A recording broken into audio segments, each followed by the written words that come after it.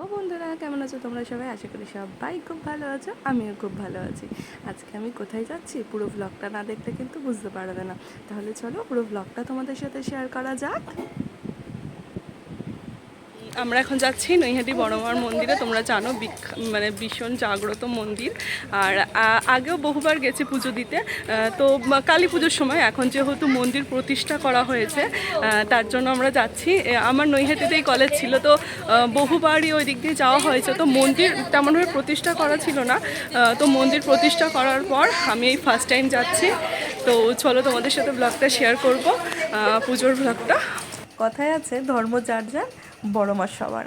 তাই বড় মার ডাকে বড় মার কাছে চলে এসেছি নৈহাটি 1 নম্বর প্ল্যাটফর্ম দিয়ে বেরিয়ে অরবিন্দ রোড, সেই অরবিন্দ রোডে দিয়েই যেতে হয় বড় মার মন্দিরে।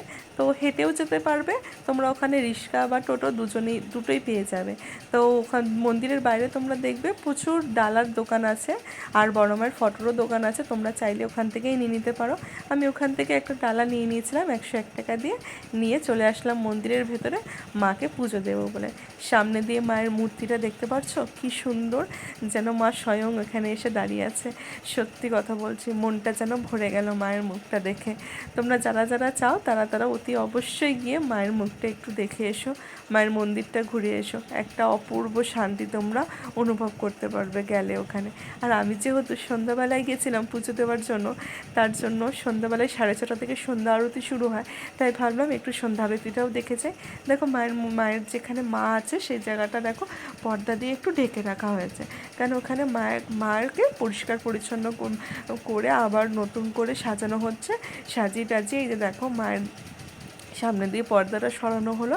এবার শুরু হবে সন্ধ্যা আরতিটা তোমরা দেখো কি সুন্দর। মার মুখটা দেখেছো কিরম ঝলঝল করছে, এই মুখটা দেখেই যেন কত শান্তি, তাই না?